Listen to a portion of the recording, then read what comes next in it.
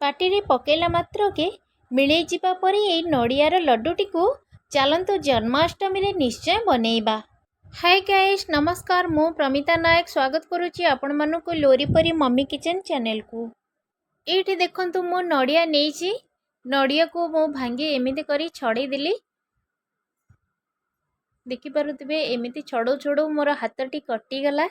तापरे मु आउ एमिति छड़ेलिनी, ताको हेमदस्तारे छेचिकी नड़िया को खंड खंड करिके बाहर करदेली। देखि पारुथिबे तापरे जो पछपटरे जो चोपा गुड़ाक मुझे एमती छुरी साहाय्य सब बाहर करदेली चोपा गुड़ाक। तापरे मुझे छोट छोट खंड करी सबू नड़िया को काटिदेली। ये लड्डूटी बहुत स्वादिया बनी थाए, आपण मैंने थरे मात्र ट्राए करी देखंतु। ये नड़िया रे जो मु चोपा गुड़ाक बाहर करथिली आको आपण मैंने न फपाड़ी कौनसी चटनी रे मध्य यूज करि परिबे। तापरे नड़िया को मु कौन कली ना ग्राइंडिंग करदेली।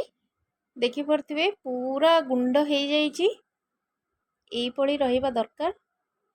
तापरे आको आमे कौन करिबा ना प्यान रे घियो देई भल्ल भाबरे भाजी दबा। नड़ियाटी को घियो रे भाजिबा द्वारा नड़ियार पानी अंश मध्य कमी जिवो आउ सुंदर बास्ना मध्य आसीबो।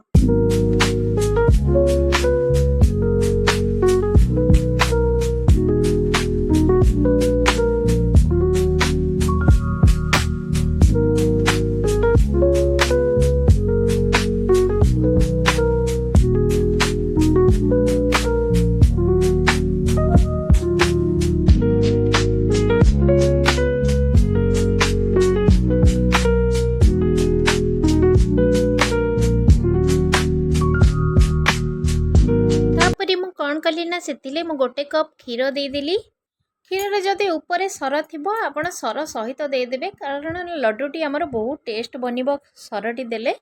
मु मध्य से सर सहित क्षीरटी देदेली।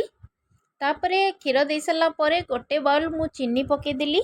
आपण मिठा अनुसार चीनी टुकु कम बेसी करि परिबे। मु एठी लड्डूटी को बेसी मिठा करिनी, बहुत कम मिठा करिछि। आपण चाहिले आठो अधिक मध्य चीनी देकी बेसी मिठा करि परिबे।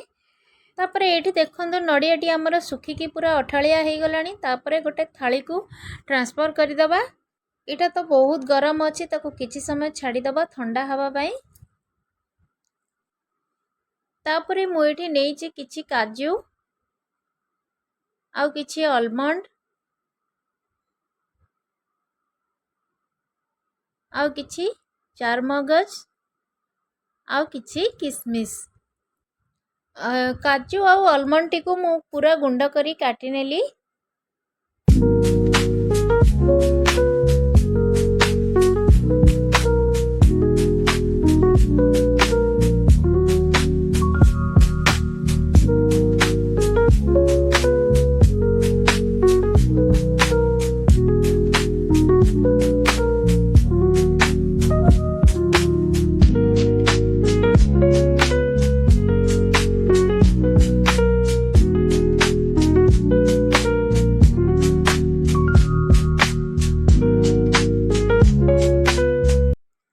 तापरे एठी मो पकेदेली 3 ରୁ 4 चम्मच खंडे मिल्क पाउडर आउ जो काटिकी रखी जो ड्राई फ्रूट्स ताकू मध्य पकेदेली। आपण ए जगह जो ड्राई फ्रूट्स गुड़ाक आपण टिके घिओरे भाजिकी नियंतु।